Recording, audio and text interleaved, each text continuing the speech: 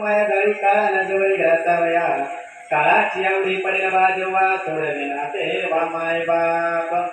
सोडविना राजा देशीचा चौधरी आणि कसोयरी भरी भली तुका म्हणे तुला सोडविना कोणी एका चक्रपाणी वाचून या काळाची आवडी पडेल वाजवा सोडविना तेव्हा माय बाप तुझे वर्ण तुझे वर्ण